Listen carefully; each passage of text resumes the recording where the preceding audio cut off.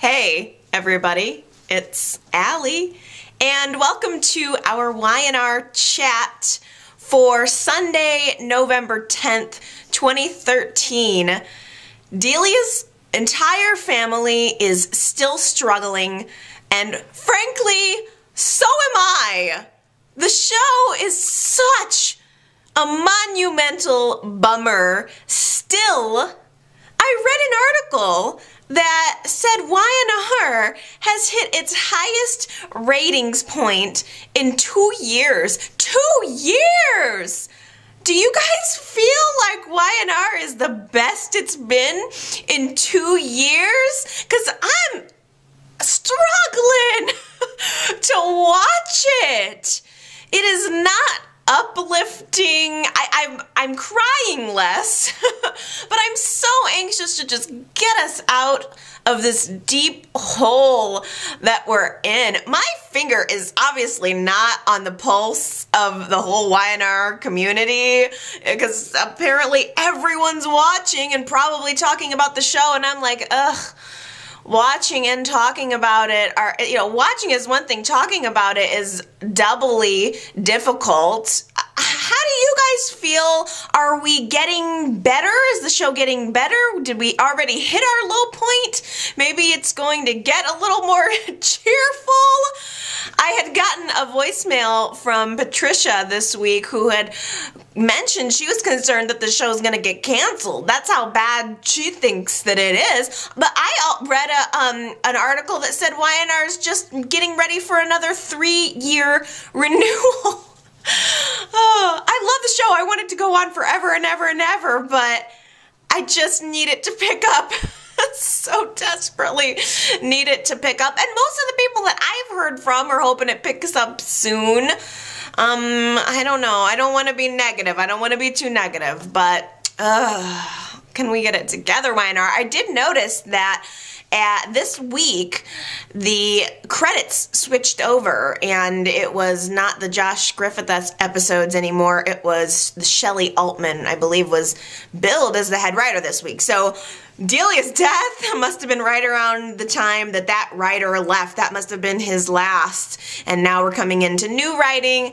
Maybe we're going to feel that shift. So I'm hanging in there. I hope you guys are hanging in there.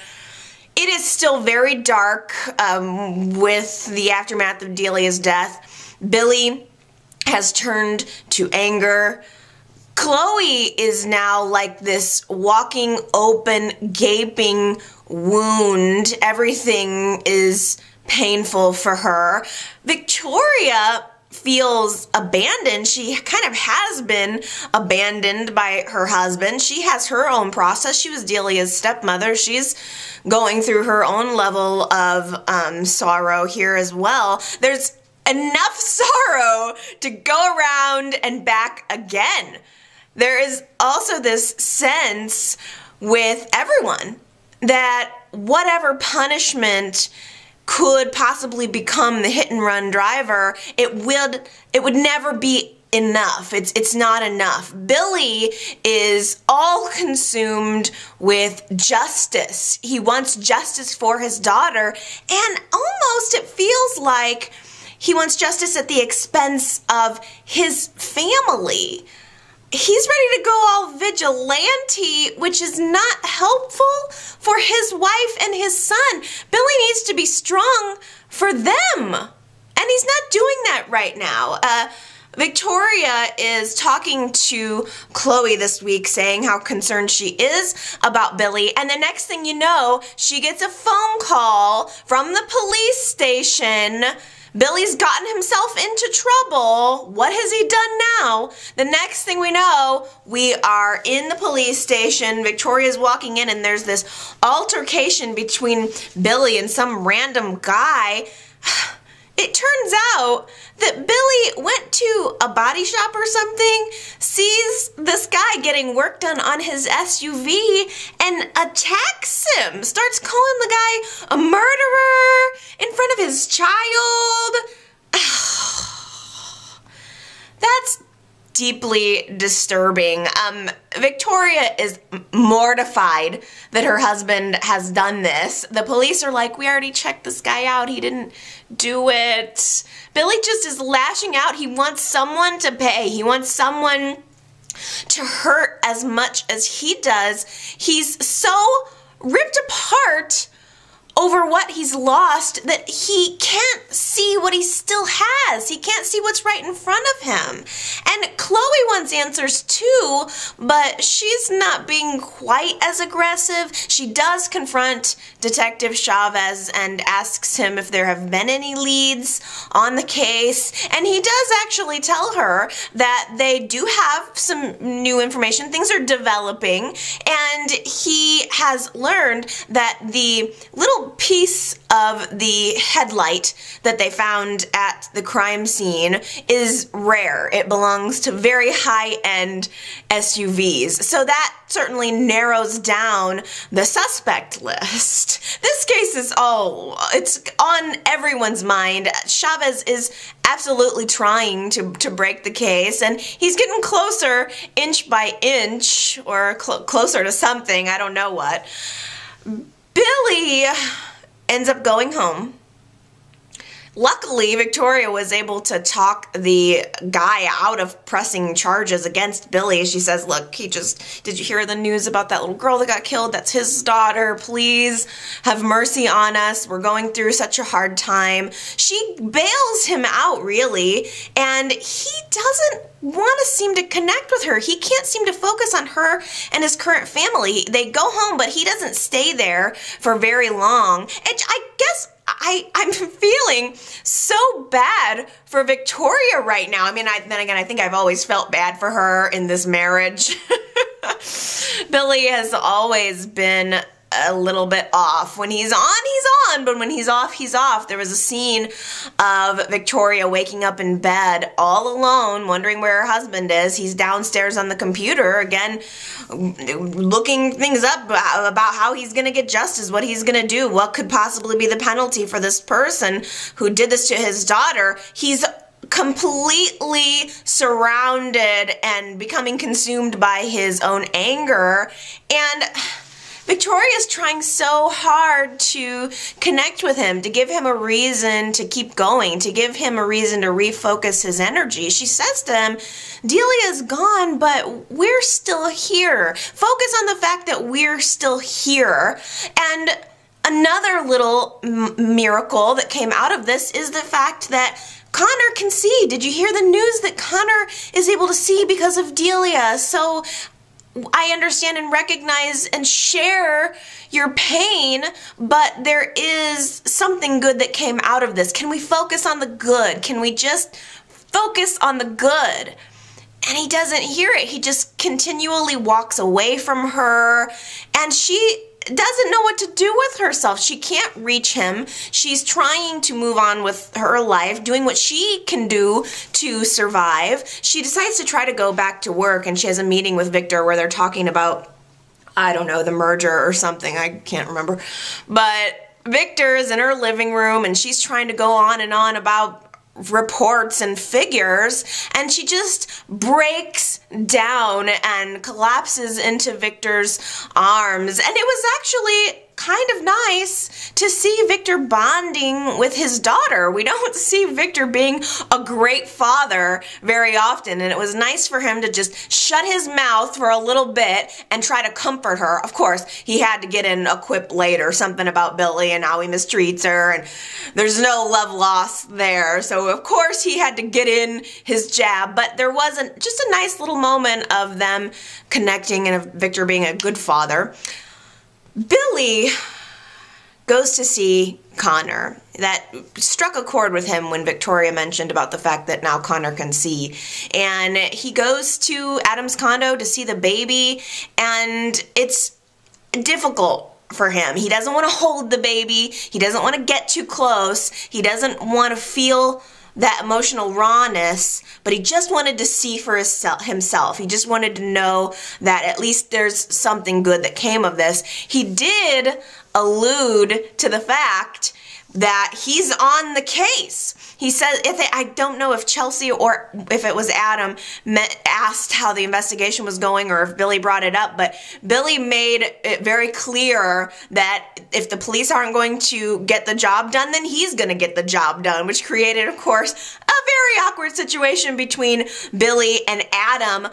I don't know what is going to happen if Billy finds out that it is seeming like Adam was the one who hit Delia, even though I know he didn't do that. It's totally roundabout. Adam's not going to end up being the one. There's going to be some other kind of X factor. I don't know what it is exactly, but Billy, obviously all of the evidence points toward Adam. Adam believes the evidence points toward Adam. But if Billy ends up finding out that it is Adam, Adam's going to get shot. There was a preview for next week's show which had a scene of Billy getting a gun, looking at a gun, petting his gun, thinking about how he's going to get justice. I mean, if all of the pieces fall into place, that all the signs point toward Adam, Adam better hope that the police find him before Billy does. The crisis with Connor has been averted. He's totally out of the woods. The baby can see now, and so Chelsea is ready to move on with her life. She wants to move out of Adam's condo. She wants to get her own apartment, just have shared custody. I think in her mind she believes there's a chance she can just go get back together with Dylan now. Maybe some time has passed, maybe his perspective will have changed, maybe he can forgive me. She ends up getting a call from Dylan and she rushes out the door to go meet him, where she's greeted with divorce papers. And I don't think she was expecting that at all. She even said, something to the effect of, I'm so stupid, I thought maybe you were calling me here to talk about a relationship and mending the fence, but I completely understand that you want a divorce. She doesn't want it, but she also isn't really fighting it because she knows what she did is wrong. And she doesn't even have a lawyer look at the divorce papers. She just takes a look, signs them, and she says to Dylan, I trust you. I'm sure that these papers are in order. You're the most honest person that I've ever met. I'm sorry that I'm the least honest person that you've ever met. She signs the papers, takes off her ring, and it's all being said through kind of tears welling up in her eyes, and it seemed like she was really pulling back a sob, and she just says, find true love. And she runs out the door, giving him permission to move on with Avery, pretty much. Meanwhile, Adam is at home making his confession video. Before he presses record, he is talking to Connor in his arms and getting a lot of things off his chest, essentially just telling what happened the night of Delia's death from his perspective. And I think he just needed to say things out loud. He said out loud why he hasn't come forward about it. It's really all about his son. He wants to be there to protect his son. That's his number one priority. He is racked with guilt, more guilt than I'm sure anyone could ever imagine. But he feels committed to his son and being with him. And he pushed record on the camera and says, I'm Adam Newman and I'm confessing to the hit and run murder of Delia Abbott. Turns off the camera, there's a knock at the door, and it's the police. The officer wants to take a look at his car. They're following up on all of the black SUVs in the area, and Adam is telling the cop, go ahead and look, but he's seeming a little green, like, there's obviously something weighing on his mind, which Chelsea picks up on. She asked Adam straight up, well, the cop's taking a look at your car. Are you worried about something? And Adam's response, he said to Chelsea, I've never been accused of something I didn't do. And the way he said it was so, that was a beautiful moment because it had a double meaning. It was like he was, on the surface saying, I've never been accused of something I didn't do. But really what he was saying is everything I've ever been accused of that's horrible, I did. Which is pretty much true. And that's how he feels now about his involvement in Delia's death. That was a great, great moment. He ends up going to this little cabinet in the living room and pulling out a bag, which he has the headlight in. He managed to go and replace that part of the headlight. I'm sure the cops would have been able, or I would think that the cops would have been able to track that down, like sales of that particular headlight, and it would lead them right to him. But I don't know, he was able to do it. He was able to replace the headlight. Then later, this is weird, he calls Avery and gives her the video camera confession. I don't understand, why would he give it to her? He apparently wants it to be held onto for safekeeping. He says, here it is, I need you to put it somewhere safe and do not look at it until I tell you that it's okay. I feel confused by why he would make the video and then give it to Avery for safekeeping. What is he planning? What is it in his head? I'm not following. If he wanted to confess, he could confess. Why make the video and then give it to Avery to hold on to? I'm wondering what the point of that is. Chelsea definitely knows something is up with Adam. She again brings up the fact that she wants to move out, and this time Adam does not argue with her. He says, go ahead, do it. Go get an apartment, live a happy life. We'll have shared custody of our son, and that's it. Which is odd, considering he wanted to protest it before. I think that Adam is worried about not being able to provide for his family if he's caught. I think in a way he's trying to put some distance between he and Chelsea so that she can get to a stable place and raise the child if, and in his mind I'm sure when, he does get caught for this. And I wonder if on some level Adam is wishing that he would get caught for this. I think it's going against his grain to turn himself in. This is not the first horrible thing Adam's done, sorry. There's been a lot. But this seems to be different. This is affecting him in a different way. This is sort of the newer and improved Adam doing something really horrible that he didn't mean to. All of the other horrible things that he's done were on purpose. This was truly an accident, and I don't think he knows how to process that. So I wonder if he's just sort of wishing that he did get caught.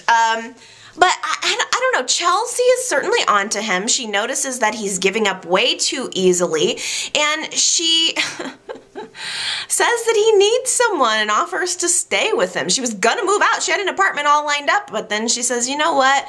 You need me. I'm gonna stay with you. And he didn't, correction, it wasn't about you need me, it was about you need to see your son. She realized that Connor is a bright light. Connor may be the thing that could pull Adam out of whatever this funk is that he's in, and so she decides to stay with him. After that visit from Billy, Chelsea asks Adam if there's anything he can do to help move along the investigation. Says maybe you have a contact, maybe there's someone that you know in the mob or in the black market or someone who can get things done outside of the law. And Adam immediately is like, no, no, no, no. You see how well it worked out when I did the black market eyes. I don't want you to give Chloe any false hope by telling her I'm gonna work some magic. Chloe ends up stopping by and running into Adam in the hall, and there was this awkward moment between them where Adam is extremely reticent, and Chloe notices this, and she said, you know, are you kind of avoiding me because of Connor's eyes? And Adam said, I don't know what words to give you. I don't know what to say to you. And it was an obvious awkwardness between them. And Chloe comes inside and talks to Chelsea about it, talks to Chelsea about how she's feeling. Chloe revealed that she's feeling like her moments with Delia and her memories are slipping away. When she closes her eyes and tries to picture her daughter, she only sees black. Oh, that's tough. That is tough. I kind of know what that feels like. It's like more and more it gets distant from you. More and more you don't remember the details, the smells, the sights, the sounds. More and more the memory of your daughter is something off in the distance, and that's very difficult for Chloe to handle. I'm glad that she has Kevin. They had a very great connecting moment this week where Chloe tells Kevin, I don't want to burden you. I'm not ready to get back together with you. I'm not ready for a relationship. And I feel if I keep leaning on you, it's not fair for me to keep taking from you and not giving anything. I appreciate your friendship, but I can't give you any more. And Kevin says, no, I need this as much as you do. Kevin is getting lost a little bit in all of this. He loved Delia. He was her #1 fan, I think, and he's lost something too, and having a feeling of being needed is what's keeping him strong, keeping him going on. So Chloe, still at the condo with Chelsea, is kind of saying this to Chelsea, and they're chatting about the way that they're feeling, and she says, maybe you need someone too, Chelsea. I mean, you've been through a lot. Adam's been through a lot. She kind of, for the first time, said maybe you need Adam. This has given Chloe a whole new perspective on life. So for the first time, Chloe was sort of encouraging Chelsea to open herself up to Adam. It's very difficult because Chelsea, it's put such an awkwardness in their relationship that wasn't there before. Chelsea's enjoying all of the nuances of being a new mother, and she wants to be able to share those things with her friend, but her friend is also dealing with the loss of her daughter. So it's bittersweet. It really has been from the very beginning. Adam, once he leaves, decides to go to the steam room, and there was a wonderful shirtless scene between Adam and Alex. I was having a hard time paying attention to what exactly was coming out of their mouths. So I was like, this is a hottie sandwich right here. I would love to be in that steam room. It was nice. I did appreciate that. I'm sure behind the scenes, Y&R was just trying to find a practical way to get their soap punks shirtless on a more regular basis, and hence the birth of the steam room. So here is Alex, the chief investigator on Delia's hit-and-run case, unknowingly in the room with Adam, who's the prime suspect. And they start talking about the case. Alex is gabbing way too much about it, in my opinion. I kept thinking, why are you talking so much about this? He gave away that basically they have nobody in custody, no real progress on the case. But Alex goes on to sort of talk philosophically about how he believes the person who did this must not have a conscience, or they would have come forward by now. And that really cut into Adam, thinking you people really don't understand what happened at all. The assumption is that I hit Delia and ran away laughing, but I'm carrying this burden and it's eating me alive. Again, I just wonder if he wants to get caught, because Adam has this opportunity to confess and he doesn't take it. Instead, he tries to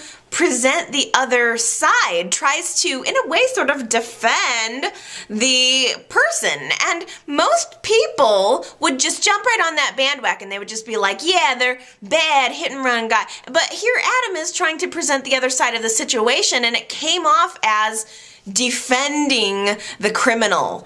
And I don't know. I first thought maybe Alex was kind of dumb, but in that scene, in that situation, talking with Adam, but maybe Alex was dumb like a fox, like a sex fox, because he goes back to the police station after this conversation, and he's got a new spring in his step, and he's going rifling through papers and stuff and telling Kevin now he's got a hunch about something. Neil and Jack are becoming quite close, which is nice, I suppose. Neil goes to visit Jack and tells him everything that's gone on with Hilary and that he wants to offer her a position at Gibeau. Jack ends up running into Hilary, literally, at the athletic club, breaks her phone, which gives him, when they bump together, her phone goes crashing on the floor and breaks, which gives them an excuse to go talk to each other. So Jack and Hilary are at the bar talking about redemption and forgiveness. He knows exactly who she is. She now knows exactly that she's talking with Jack Abbott, a major player in this town. And Jack offers her a position at Gibeau at Neil's behest, of course, but I just keep thinking these people are inviting trouble into their lives unnecessarily. I put up a poll last week at yrchat.com to see if you guys thought that Hilary is really changed or if she's just pulling another fast one, and it seemed very split, very 50-50. My instinct says that she's not reformed. I don't see how everything changed in an instant, or I don't feel like I've been on the journey enough alongside her to understand and appreciate her redemption.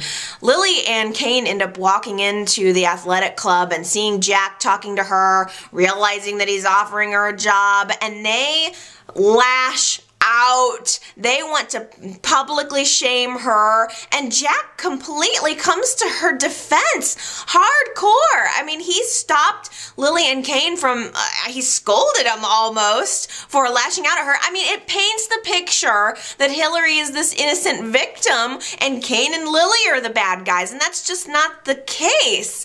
And I don't understand what, please tell me, you tell me, what has Hilary done to deserve this steadfast support from Neil and now Jack? Jill seems to be back in town to stay, at least for a little while, which I'm enjoying so very much. Jill probably should be focusing on her son, Billy, but he's pushing her away, so instead she's decided to focus on Newman Chancellor. Jill's not happy about this merger. She's not having it. She goes out to the ranch to visit Victor. Victor opens up the door and is extremely surprised to see her standing there. I have to say, the scenery outside of the ranch door, kind of the backdrop to where Jill was, like looking out onto the ranch yard, was beautiful. We've got all of this fall foliage on the show right now that's gorgeous. And it's so funny because I got a voicemail from my friend Gary this week who was saying, "What's up with all of this fall foliage?" He's like, Y&R goes overboard with all of these trees. But Gary, I've got to tell you, it is real. You're in California. The trees in the Midwest they turn, like every single tree turns bright colors. It's beautiful. The fall is so beautiful in the Midwest, which is where I am. It's gorgeous. I love the fall scenery. I thought it was dead on. I love appreciating little details about the show like that because, you know, there's a lot of things to complain about, but the little touches are beautiful. I thought the foliage looked really good. You guys will have to leave me a comment, let me know what you think about it. And Gary, you gotta come out to the Midwest. You gotta experience the trees. I'm a big fan of trees, so. All right, so Victor and Jill get into a tiff over Catherine's intentions with the will. I mean, Victor is totally defending it. Victor feels pleased with his inheritance of the company, whereas Jill feels rode hard and put away wet. She feels like she's been strung along and received nothing in the end. And Jill went on to disparage Catherine while Victor got upset about it, but I feel that Jill does kind of have a reason to feel bitter toward Catherine. I don't know where we are with the music box mystery, but as it feels now, Catherine kinda left Jill nothing but the house and the grounds that are gonna probably put her into debt to run.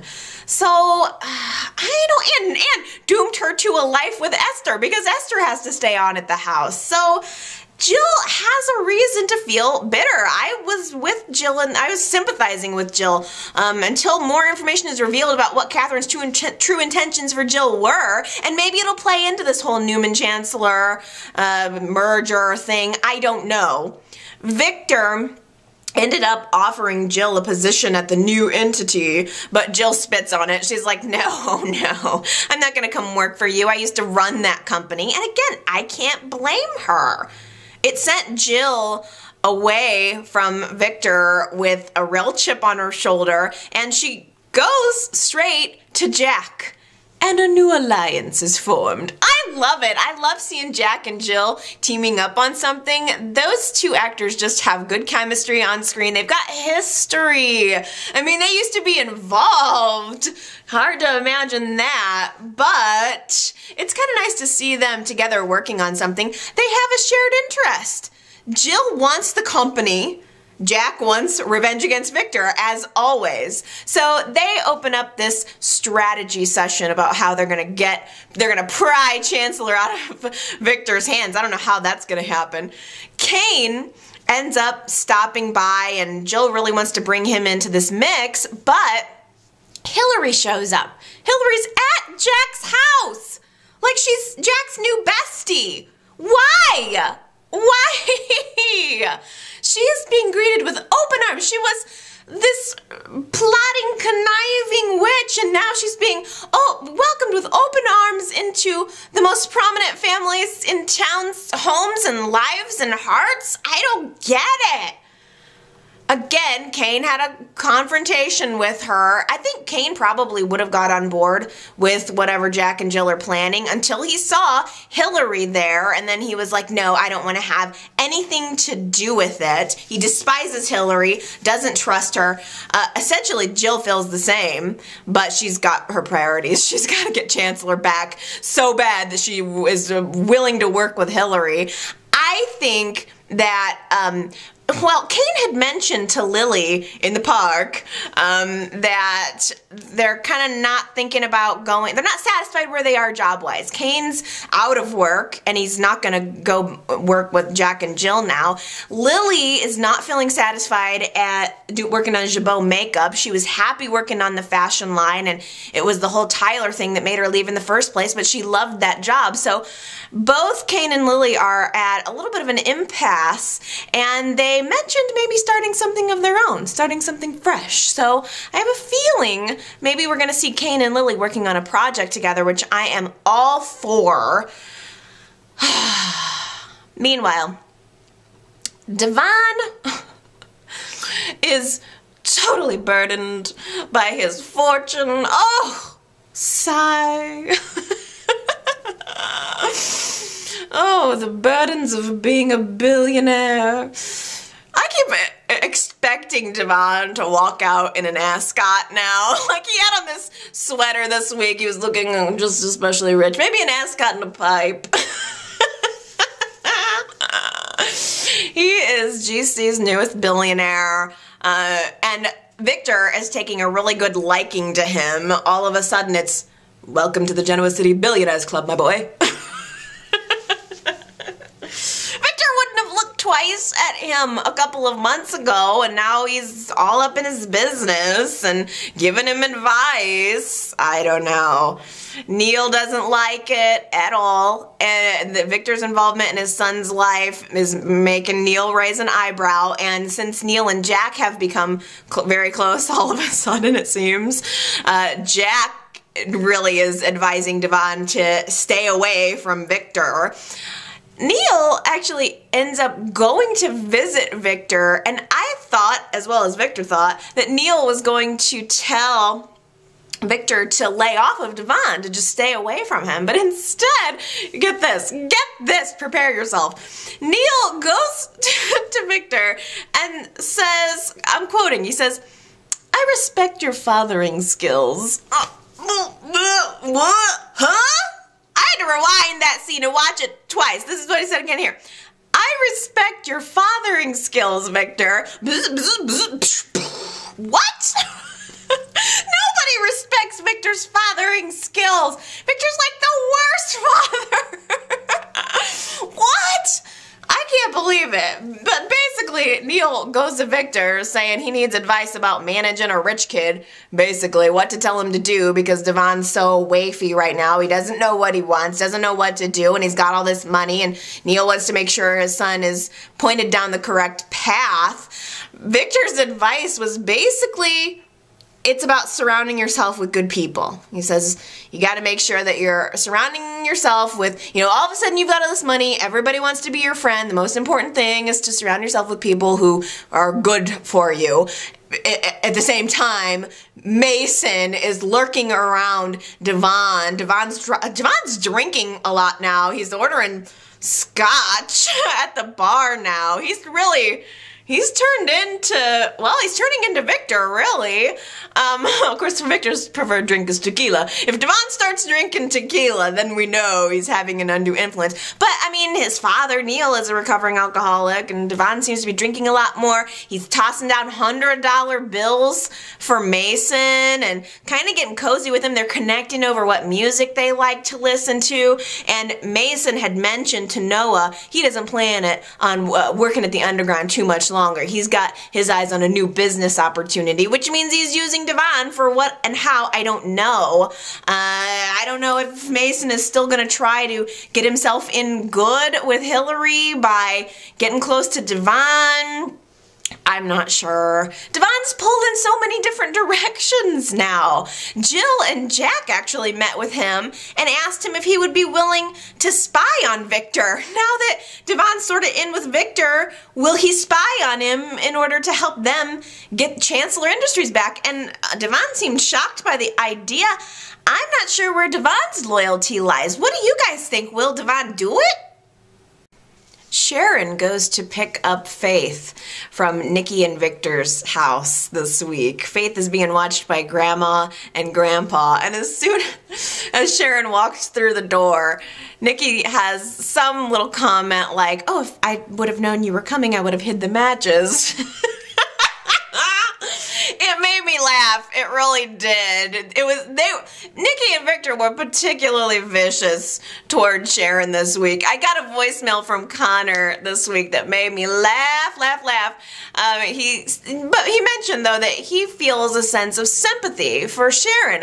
When everyone is attacking her, it almost makes you want to protect her. I feel that way too. I think we might be alone. I know there's a lot of people that have no sympathy for Sharon whatsoever. But at the same time, I don't know, everybody in Genoa City has a sordid past. I don't think anyone on the show is pure. And, I guess I like characters for different reasons. I don't necessarily have to feel like I would want to be friends with them in order to like the character. Because, honestly, if there's no one on the show, I cannot think of one character on the show who I would be friends with in real life. Can you? I used to think Michael would be cool, but at the same time, I probably wouldn't hang out with somebody who was a former convicted rapist. So nobody's pure, but I totally got what Connor was saying, because Victor and Nikki were being pretty vicious towards Sharon, but she burned down their house, so I see all sides. I love Sharon though, I just do. I know a lot of people don't, but I do love her. There is just something about her. I think probably because I've known her for so long. I feel like I've known her for so long anyway. But anyway. On another note, in that scene, okay, I'm kind of over the French braid thing they've been doing with Nikki's hair. It doesn't look good. At first, when they started giving her French braids, I was like, oh, that's interesting. Takes me back to the 80s. But now it's happening a lot more, and it's just over. I don't know why they're doing that to her hair. We don't have to get crazy with her hair. Like, sometimes it looks greasy and curly. Just give a nice chic cut. We don't have to be talking about Nikki's hair all the time. I'd rather her hair be in the background. I don't want to have to talk about wild, weird hair. Just let it be. Oh. Well, anyway, that whole scene, the altercation with Sharon and Nikki and Victor at the ranch, I still enjoyed it on another level. I forgot how much I missed seeing all three of those characters together. It sort of took me back to when Sharon was married to Victor, which was horrible, but at the same time, I just think that I like the Nikki and Sharon feud is what it really is. So it was kind of neat to see that again. Victor was the one that took it to another level. I mean, Nikki was like, I'm gonna be bitchy, but Victor was just mean. He belittles Sharon about her parenting skills, screaming at her in front of Faith, "You abandoned your children. That's unforgivable." Close up of Nikki's face, looking gasp. Oh, Victor's in like children being abandoned, and I've abandoned my child. I'm having a hard time with Dylan being Nikki's son, the whole thing. Dylan is separately remembering his parents and talking to Avery about the loving relationship that they had as compared to the divorce that he got this week. And it annoys me that Nikki has put Avery in this impossible situation, forcing her to keep this really big secret. I was kind of proud of Nick for at least kind of defending Sharon a little bit at that ranch scene. By the way, I didn't want to forget to mention that because she's still the mother of his child, and I did like that he was like, shut up, you're not going to speak to the mother of my child this way, parents. And Nick and Sharon are really getting quite a bit closer together. They're going with Faith on a little walk. They run into Dylan at the park, at Chancellor Park, because where else would they be besides Chancellor Park? And Sharon and Faith love Dylan, but Nick can't stand the guy. It's like everybody in town loves and worships Dylan except for Nick. He feels slighted by him. Wait till he finds out he's his brother. That's gonna be, I just don't like it. I don't like it. I don't want to accept Dylan as Nikki's son. I'm probably not going to, and I hope that they make it so that it's Stitch instead. I'm just not, I don't know, I got kind of ruined on Dylan, and now I really don't want him to be Nikki's son. I could deal with him if Y&R has him separate. I just can't handle, I don't know why. I'm resistant to it, and I don't even necessarily know why. But Nikki invites Dylan over to the ranch under the guise of a military event that she's organizing. She wants to do a veterans tribute event, and she's called an unknowing Dylan out to the ranch. He shows up, Victor sees him there and is just like ready to pounce on him. Victor's like, what are you doing here? He's having this really visceral reaction just to seeing Dylan in his home. Victor straight up called Dylan a kidnapper, which, it's kind of true that happened. But Victor was really harsh on Dylan. Nikki comes into the room and she's like, stop treating my guests like this, Victor. Can't you respect that obviously I have a reason for inviting him here? And Victor doesn't hear any of it. I don't know how Nikki deals with Victor. He doesn't listen. He doesn't respect her at all. That was so embarrassing. It borders on abusive. It really does. He tells Nikki that he doesn't like her being involved in these charity events. It comes off as he doesn't like Nikki having a life outside of him, which I think is very true. But, okay, in Victor's defense, she is hiding something, and he knows it, and he says it. You're hiding something. And she just doesn't want to confide what it is. Victor gives Nikki and Dylan a moment, and Nikki invites Dylan to this veterans tribute thing, and he's not taking very kindly to the idea. He does not, like, Nikki just grabbed on to this little piece of bone that Avery gave to her about Dylan's military service, and she thinks she's going to use it as a way to get close to him.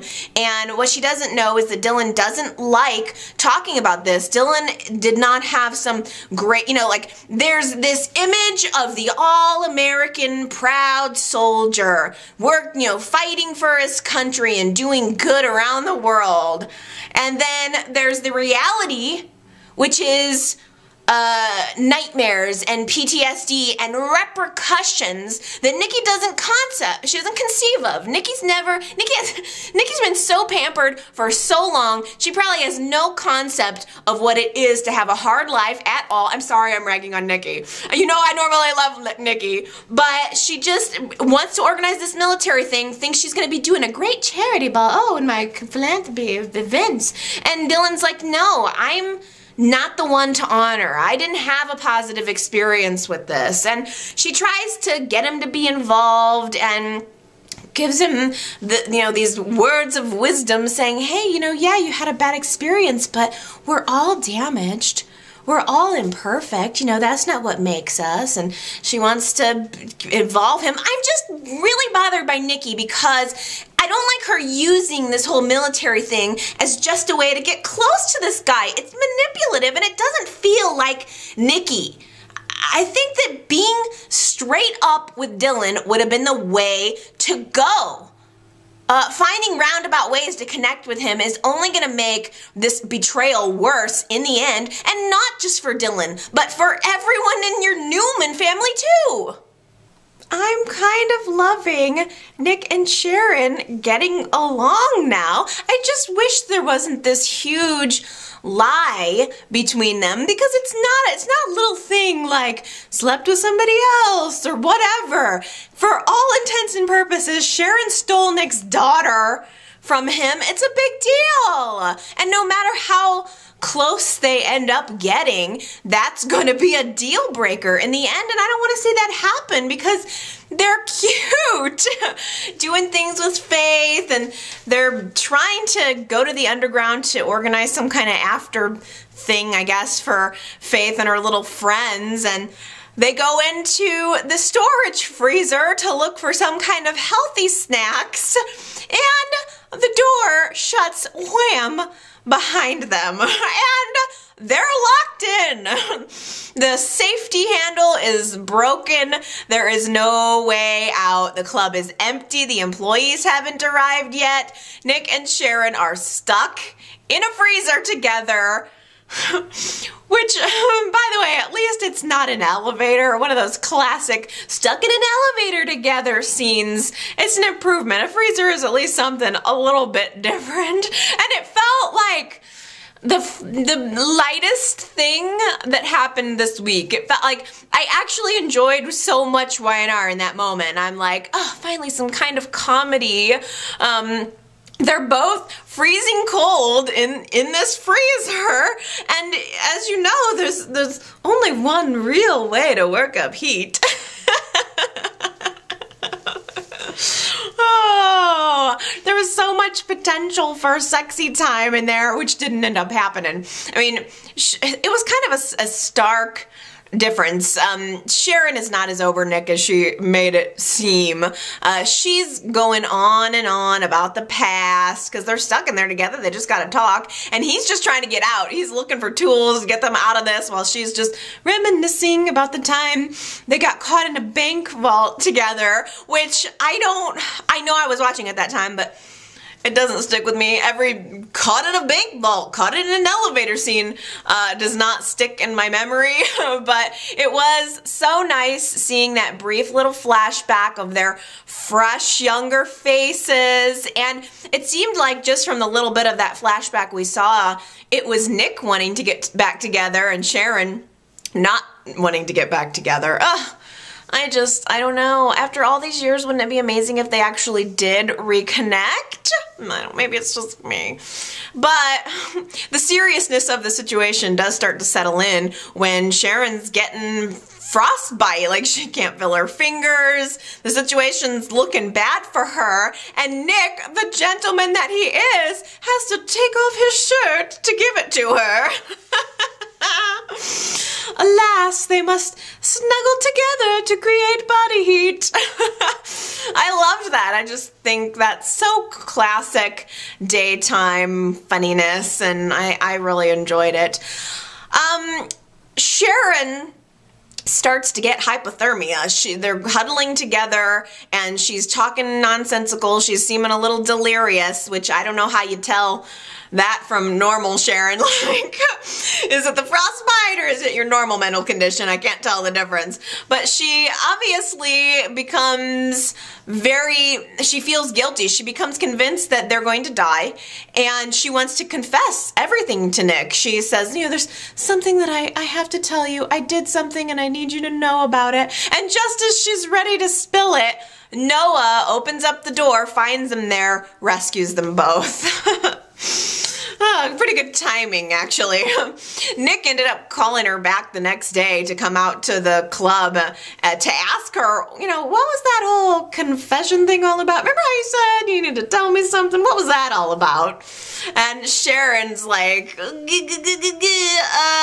reason to confess now since I'm not dying. She essentially confesses to a lesser crime, talking about, oh, I just wanted to tell you how sorry I was for taking all those opportunities to get close to you when you were engaged to Avery, and I feel really bad about that. Whatever. I don't know.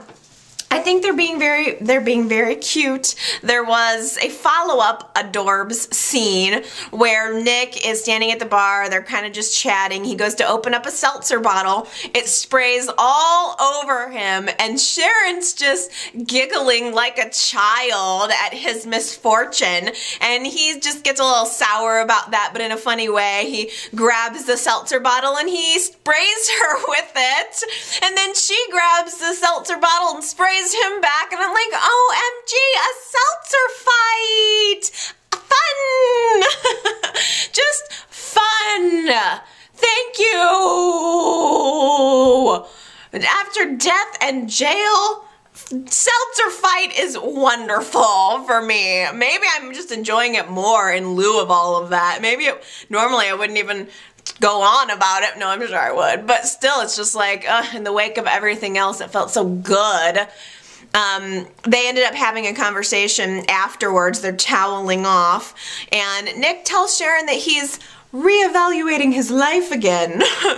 And he's thinking about selling the bar. The place is cursed. Every time he tries to have an event there, something goes wrong. So forget about it. Let that whole seltzer fight be the finale. I don't care if I ever see that dark, dank place again. Honestly, speaking of comedy, those internal shots of the Genoa City prison are kind of comical to me. It's just bleh.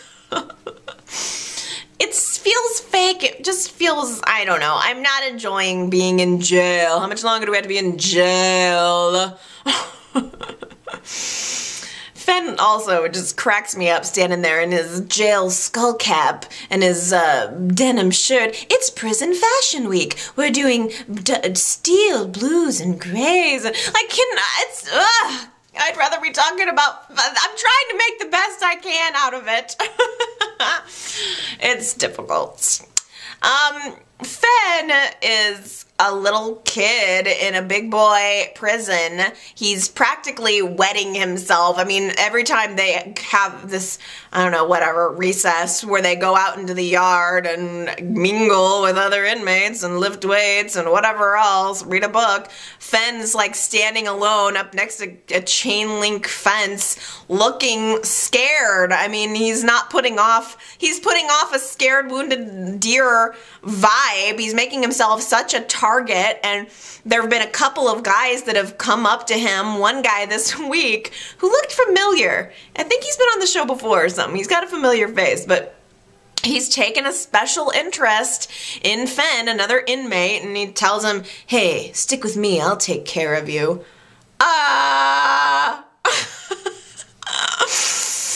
Yeah, in the showers.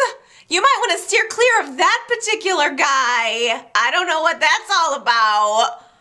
Meanwhile, Michael is just standing back. For some reason, they've got him divided. Michael is so stupid. The prison yard is divided by a chain link fence. They don't put everybody together. Oh, you know what? No, I get it. It's because Michael's in a special unit with the snitches. Chris got him protected custody, but Michael's just on the outside. He's not with the general population of prisoners, and so he can't help Fenn. He can't get up in it. He just has to watch helplessly as his son gets approached by prisoners, and hopefully he doesn't have to see him get beat up. Michael, being the former district attorney, talks to one of the guards and asks him to tell the warden that he would like to have a meeting with him. Apparently Michael has, I don't know if he has information on the warden or what, but he wants to see if he can get Fenn into the protective custody as well. I don't know. I can't believe they wouldn't do that anyway, considering I'm sure Fenn is in prison because he's over 18, but don't they have something to protect the weaker? I have no clue. I've known nothing about prison. But there's a scene where the guard tries to wrangle Michael back to his cell, and Michael is so distraught over seeing Fenn getting picked on, he's like clinging on to the chain link fence, and the guard tries to grab him to pull him away, and Michael swings around and accidentally hits the guard, accidentally punches him, and so he gets sent to solitary confinement. Does that even still exist anymore? I don't know, but there's this another, frankly, heart-wrenching scene of Michael getting hauled away into solitary confinement as he's passing Lauren in the hall, screaming to her, "It's gonna be okay!" Lauren had gone to see Fenn, and Fenn is just in survival mode. He says, you know, how many guys in here do you think have their mommies come and visit them? None. I need you to stay away from me, which hurt her. Now both of her, Lauren's son and husband are stuck in jail, and now she can't see her husband because he's going into the hole. And can't see her son because because actually seeing him might hurt him. It's just ridiculous.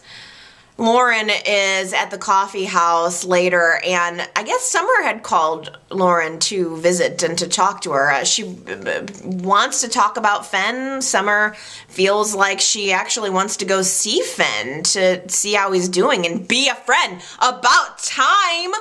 Before Summer got to him, Fenn was the good kid. Summer was the one that corrupted him. And she realizes that. She wants to take responsibility for her actions. Actually, speaking of taking responsibility for her actions, are we absolutely sure that Summer is Phyllis's kid?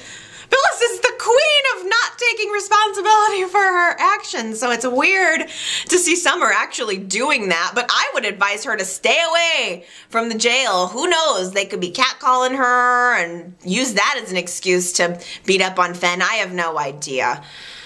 The most interesting development of the week is Paul sitting in his office deciding to go back over this case, the Carmine Basco murder case, and he realizes that, that's strange. The crime scene photos are missing. Well, isn't that rare? That's weird. I feel like either Michael had some kind of connection who was able to remove the photos because Michael doesn't want anyone to piece together that he didn't actually kill Carmine, or Carmine had some kind of connection that got rid of the photos, or the mob has an internal mole. I have no idea, but there was a scene after Y&R revealed that the crime scene photos were missing where Lauren takes a phone call It must have come in from an unknown number. She picks up the phone, puts it to her ear, and no one's there. Very, very suspicious. You guys, is Carmine still alive? Noah seems to really want Victor's approval, which concerns me about his future. He's trying a little too hard. It sounds like a young Nick. Remember those days when Nick was trying to be the golden son? It's been quite a while since then. But now maybe it's turning into Noah. Courtney is overly concerned about Noah not only at first getting this job, but now keeping it and doing well at it. What is her motive? Why does Courtney care if Noah's working at Newman Enterprises? She's been the one that's pushed him into this more than anyone else, and at first I thought maybe she just wanted herself a rich husband, but now I'm wondering if she wants him to get in at the company for another reason. I don't know. There was a scene with Courtney and Summer this week where Courtney gets another mystery text from Zach, and then she has to get up and leave real quick, and she tells Summer that it's family stuff, is what she says, which makes me think that Zach is her brother. I'm guessing, is that what you guys are gleaning from this? There was another scene later where Courtney's getting all smoochy with Noah, and then Summer walks up after her talk with Lauren and starts to talk about Fenn a little bit to Noah and Courtney, and Noah mentions how unfair it is that Fenn is in jail for doing drugs while the guy who sold him the drugs is going free. Well, Courtney jumped out of her seat like it was on fire and ran away and went outside and texted Zach that she needs to see him right away. Noah is so screwed. He's fallen for this girl, and she's going to betray him, or he's going to find out some horrible secret about her. I think that Courtney's brother is Genoa City's big drug dealer. Is that basically what you guys think? After Courtney left, there was a scene where Noah is kind of questioning Summer about Courtney and her family. I mean, he's sleeping with her, I assume, and he doesn't know if she has family? And come to think of it, neither does Summer. Oh gosh, you know what? Now that I think about it, I don't really know if she has a family. She doesn't really talk about it. Hey Noah, isn't it kind of weird that we both don't know a thing about Courtney? Abby got a nice new haircut, which is probably the nicest thing I can say about Abby. It's shorter, and she's seeming more playful this week. There was this scene in Chancellor Park where she and Tyler have gone jogging, and I guess they were racing, and she beat him, and then there was this awkward victory dance scene. And then they sit down on a park bench, and Tyler gets an incoming call from someone named Mariah. And he doesn't answer it, but Abby sees who it is, asks, who's Mariah? And Tyler reveals, she's my fiance. Cut to commercial. And I'm like, what? Tyler has a fiance? That's coming out of nowhere. Then the commercial, it comes back to the show, and Tyler is saying, oh, I mean my ex-fiance. Whoopsie! Who the hell says fiance to their current girlfriend instead of ex-fiance? Like, that was so, like, the most ham-fisted, ham-handed, I don't know, commercial cliffhanger I've ever seen. Come on. That annoyed me, because for a minute I was like, oh, Tyler's engaged, and then dashed. No. All it did was make Abby jealous. This must be the woman that he was all hung up on when he came into town, was pining over Lily, and she reminded her of Lily. But basically, Tyler just had to reinforce his feelings for Abby, saying, yeah, you know, it was Mariah who broke my heart, but you fixed it, baby.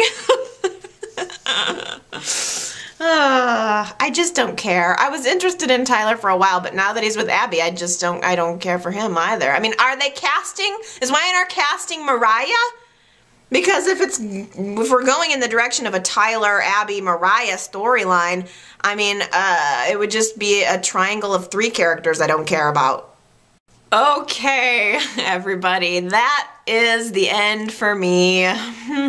I've talked long enough. My throat's almost sore, so I gotta get going, but please feel free to leave me a comment and let me know what you think about this week's show. It's always a pleasure hearing from you. I will be back next week, and we'll chat again, so I love you guys. Bye!